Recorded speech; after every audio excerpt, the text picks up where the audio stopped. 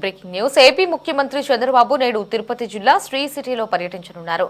సాయంత్రం 4 గంటల తర్వాత సత్యవేడు మండలం మదనపల్లెంలో హీరో మోటోకార్ప్స్ గ్లోబల్ పార్ట్స్ సెంటర్ 2.0కు శంకుస్థాపన చేయనున్నారు. ఇక 750 కోట్ల రూపాయల పెట్టుబడితో నిర్మిస్తున్న ఈ ప్రాజెక్టు ద్వారా సుమారు 4,000 మందికి ఉద్యోగ ఉపాధి అవకాశాలు లభించనున్నాయి. ఇక్కడ నుంచి దేశ విదేశాల్లోని మోటార్ సైకిళ్లు, స్కూటర్లు, ఎలక్ట్రిక్ వాహనాలకు విడి భాగాల సరఫరా జరగనుంది.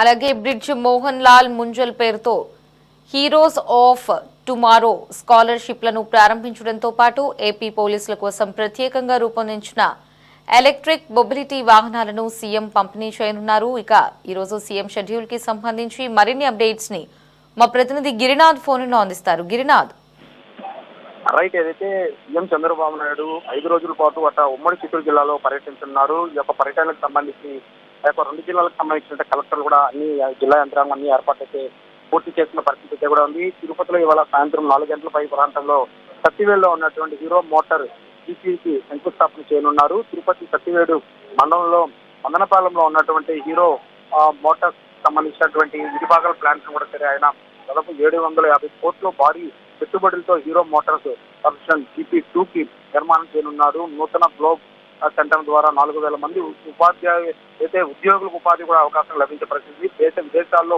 మోటార్ సైకిల్, స్కూటర్లు, ఈవీఎలకు విడిభాగాలుగా సరఫరా సంబంధించినటువంటి యొక్క ప్లాంట్ కూడా ప్రారంభిస్తున్నారు.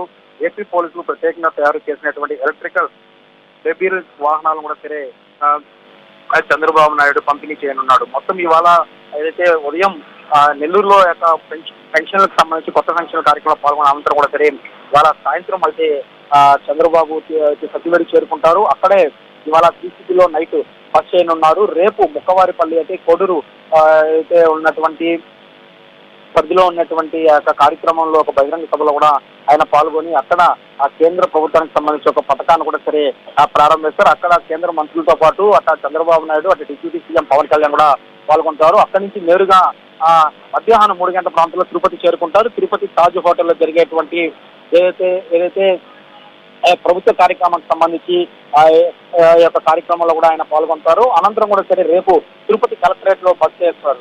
అయితే రేపు బస్ చేయనున్నారు. ఆ తర్వాత 3 రోజుల పాటు అంటే 3, 4, 5 తేదీలకు సంబంధించి కుప్పంలో ఆయన పర్యటిస్తారు. కుప్పంలో వివిధ కార్యక్రమాల్లో పాల్గొన్న అనంతరం కూడా సరే అక్కడ 2 కార్యక్రమాలకు సంబంధించి 3 ప్రాంతాల్లో కూడా ఆయన పర్యటించే పరిస్థితి కూడా ఉంది.